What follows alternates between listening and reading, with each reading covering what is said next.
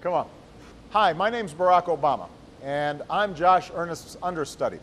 Welcome to the 100th episode of West Wing Week, your guide to everything that's happening at 1600 Pennsylvania Avenue. I hope Josh likes that.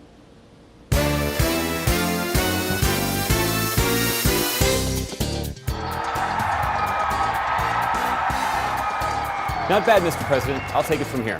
Welcome to the 100th edition of the West Wing Week. It's hard to believe that when the West Wing Week first debuted, that Don't Ask, Don't Tell was still the law of the land, Americans were still fighting in Iraq, and the future of the American auto industry was still in doubt. And who knew the president could sing?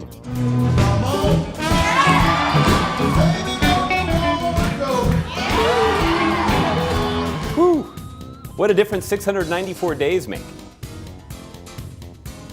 It's make, right? Not makes? Okay, make.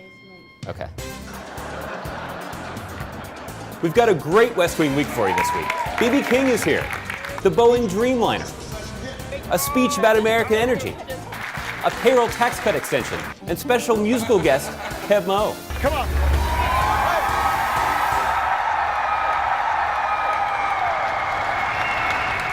On Friday, the president traveled to the biggest building in the world, otherwise known as the Boeing plant in Everett, Washington. He discussed his blueprint for an economy built to last, based on American manufacturing and the importance of promoting American exports. This was one of the biggest deals Boeing had ever done. Over the years, it will help support thousands of American jobs, including jobs here in Everett. Everything that had gone into making this day possible.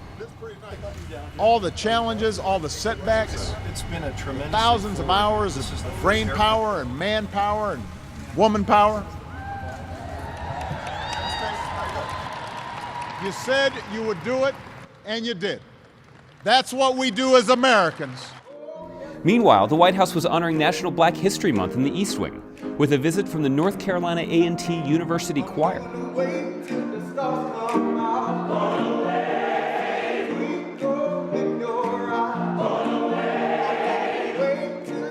On Tuesday, the president invited Americans who have shared their stories on whitehouse.gov and Twitter about what $40 a paycheck means to them, to join them for an event at the White House to discuss the importance of the agreement passed by Congress to extend the payroll tax cuts, and to urge Congress to build on the success of the agreement by taking additional steps to create jobs, strengthen the economy, and help middle-class families get a fair shot and a fair shake. This got done because of you. Because you called, you emailed, you tweeted your representatives, and you demanded action.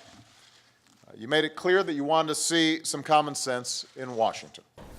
Later, the President and First Lady joined music legends and contemporary major artists at the White House for a celebration of blues music in recognition of Black History Month, as part of their In Performance at the White House series.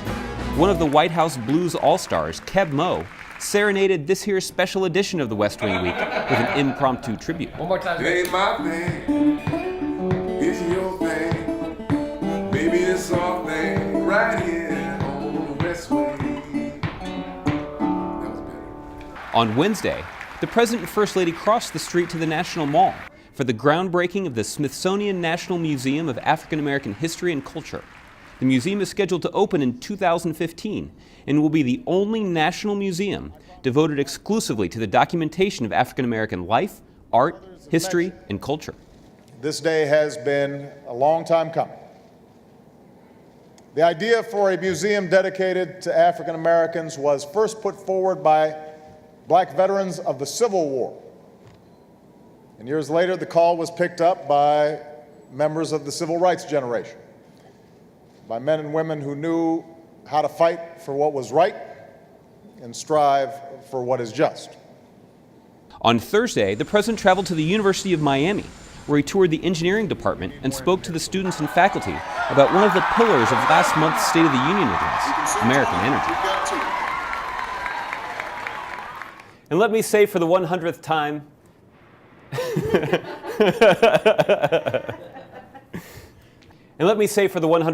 to find out more information on any of these topics or to see complete videos of these events, go to whitehouse.gov. And thanks again for checking out your centennial edition of the West Wing Week.